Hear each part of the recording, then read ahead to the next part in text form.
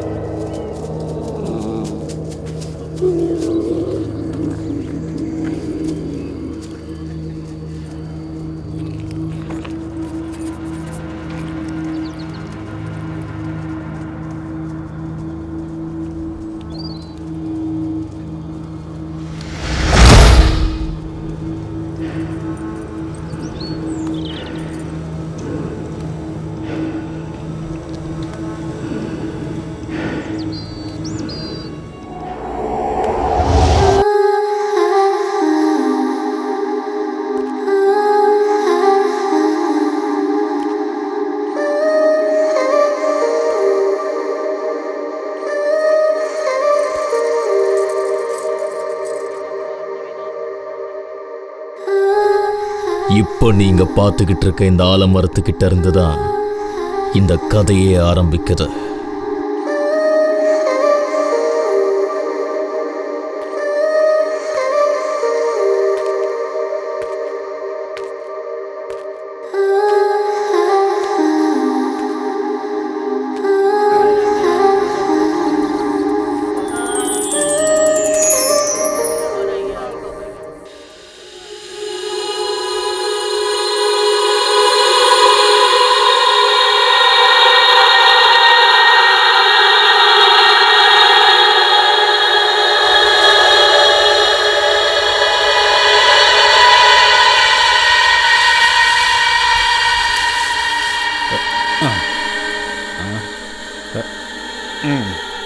நம்ம ஊருக்காரனோ இல்லை வெளியூர்காரனோ எவனும் செத்து போனதா எனக்கு தெரியல.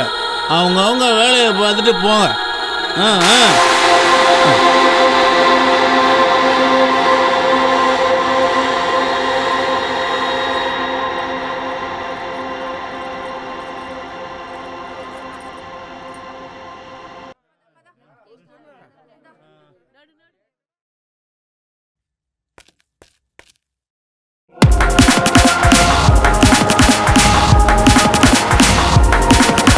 இவன் பேரு ஜனார்தன்.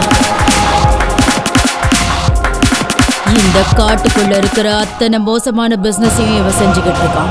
இவன் வழியில குறுக்க வரவங்களை சித்திரவதை பண்ணி கொன்னுடுவான். கூட இருந்த எனக்கு துரோகம் பண்றியா?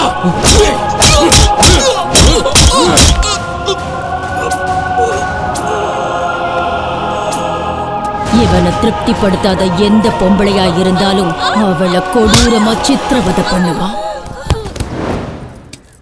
வாங்கம்மா வாங்க, எல்லாரும் சேர்ந்து கோலம் போடுங்க. இருங்க இருங்க இருங்க இருங்க. கிழக்கு எந்த பக்கம் இருக்கு? அந்த பக்கம் இருக்கு. எல்லாரும் அந்த பக்கம் திரும்பி வைங்க. திரும்புங்க அந்த பக்கம். உங்களை தான் சொல்றேன், அந்த பக்கம் திரும்பி வைங்க. பொம்பளைங்களை அணு அணுவா ரசிப்பான். காமத்துல மிருகத்தை விட மோசமானவன். இவன் கிட்ட வேலை செய்யற எந்த பொம்பளையா இருந்தாலும் இவனுக்கு கட்டுப்பட்டு தான் ஆகணும். இவனை பொறுத்த வரைக்கும் பொம்பளைங்க விளையாட்டு பொருள். ரொம்ப பத்திரமா நடந்துப்பான்.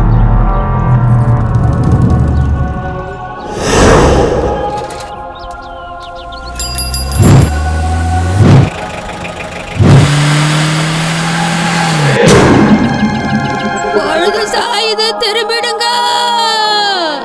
பொழுது சாய போகுது, எல்லாரும் வந்துருங்க. எல்லாரும் வீட்டுக்குள்ள வந்துருங்க. ஓடியா ஓடியா, ஓடி சீக்கிரம் ஓடி. ஓடி ஆராய்ச்சி. என்னங்க ஓடியாங்க, சீக்கிரம் வாங்க. என்னங்க சீக்கிரம் வாங்க. ஓடி ஓடி ஆராய்ச்சி. ஓடியா ஓடியா, சீக்கிரம் வா.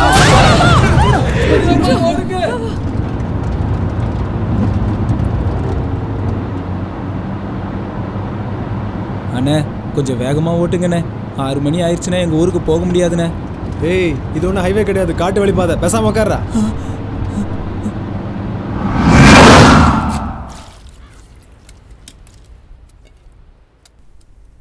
இன்னும் கொஞ்சம் போட்டுக்க.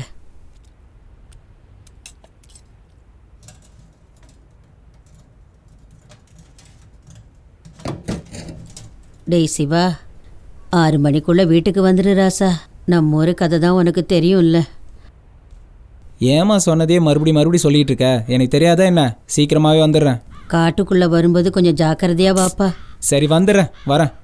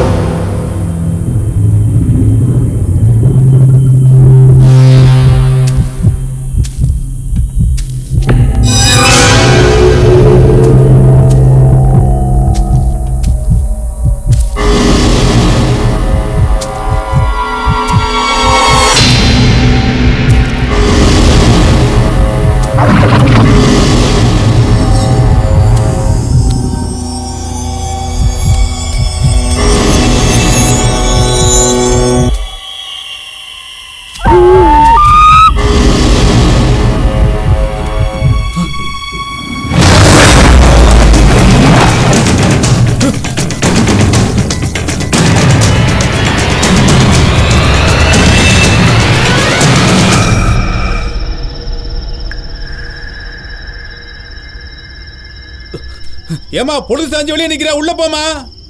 என் புள்ள இன்னும் வீட்டுக்கு வரலையே. சொல்றத கிளமா, உள்ள போ.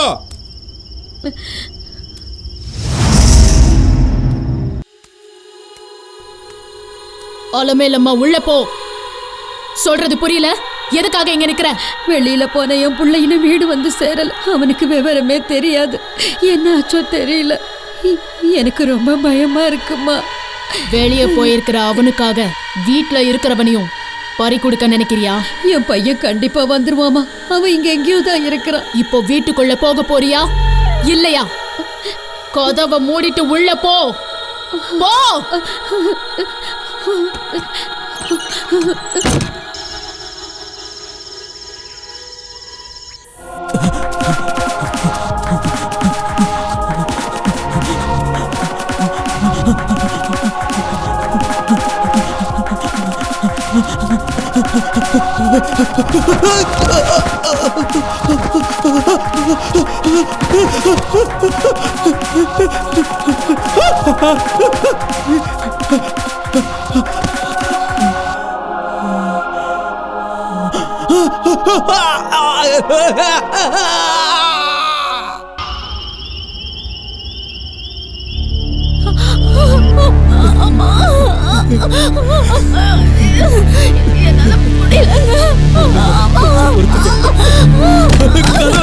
கதவு தருங்கம்மா. ஐயோ, கதவு தருங்க, கதவு தருங்க. அம்மா, லட்சுமி அம்மா, கதவு தருங்கம்மா. என் பொண்டாட்டி பிரசவ வழியில துடிக்கிறாமா. யாராவது கதவு தருங்களே. ஐயோ, என் பொண்டாட்டி வழியால துடிக்கிறாளே. ஐயோ, கதவு தருங்க. ஐயோ, கதவு தருங்கம்மா. என் பொண்டாட்டி பிரசவ வழியால துடிக்கிறா. கதவு தருங்க. ஐயோ, ஐயோ, நான் யாரை போய் தேடுவேன்? யாரும் கதவு திறக்க மாட்டேங்கிறாங்க. ஐயோ, அம்மா மீரா, என் பொண்டாட்டி காப்பாத்து. பயப்படாத, உன் பொண்டாட்டி பொண்ணு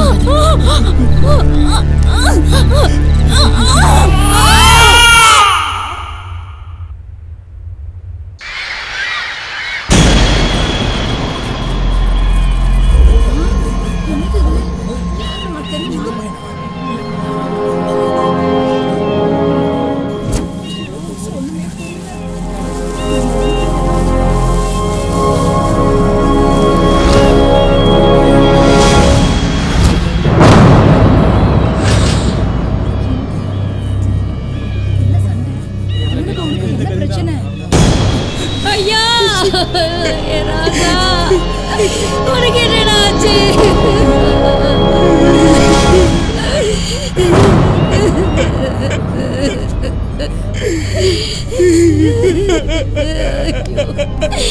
எங்க 2 பேரையும் அனாதையா தவிக்க விட்டுட்டு போயிட்டியா? உன் தம்பிய பாரு, என்ன பண்ணுவா? அப்பா, நீ இல்லாம நாங்க எப்படி வாழ்வோம்?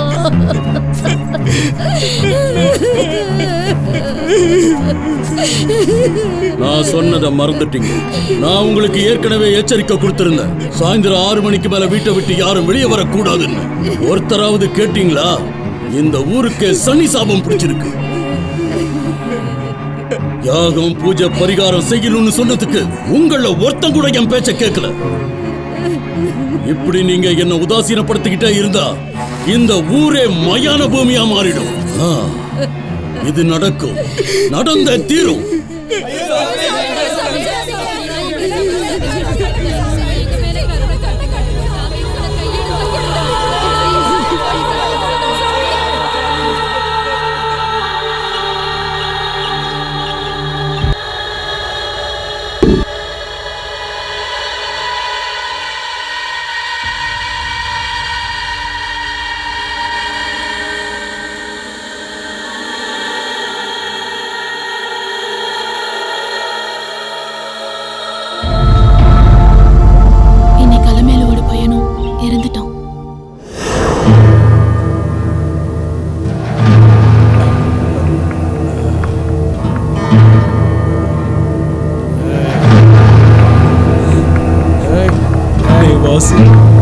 நேத்து ராத்திரி பொண்டாட்டி செத்து பொழைச்சாடா. ஆனா அந்த முருகனிக்கிற பையன் பாவம் செத்தே போயிட்டான்டா.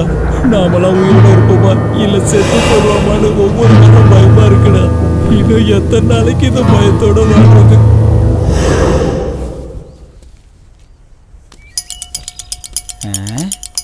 என்ன அதுக்குள்ளே வெளியே வந்துட்டாரு?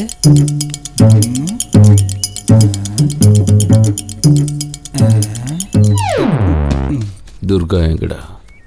ஐயா, துர்கா இன்னைக்கு காலையில பெரிய மனுஷி ஆயிட்டா. துர்கா பெரிய மனுஷி ஆயிட்டா. வாங்க ஐயா.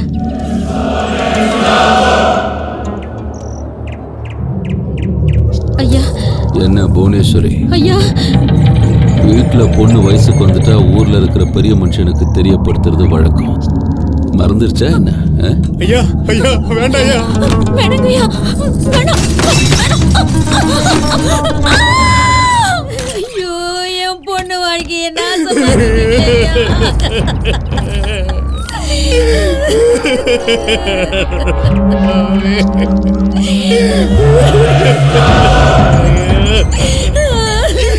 இப்படி பண்ணிட்டேயா?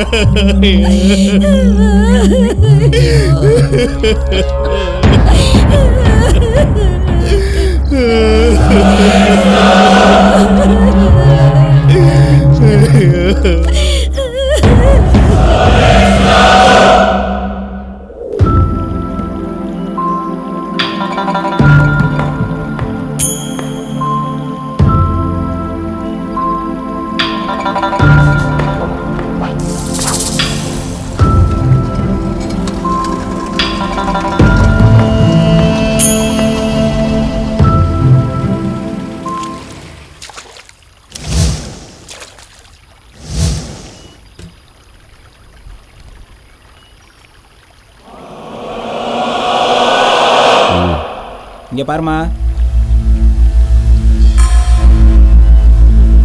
அவர் உன்னை காதலிக்கிறேன்னு சொல்றதுக்காக இங்க வரல. அவர் உன்னை கல்யாணம் பண்ணிக்கிறேன்னு கூட சொல்றதுக்காக வரல. நீ கூட கொஞ்ச நாள் இருக்கேன்னு சொல்றதுக்காக கூட அவர் வரலமா.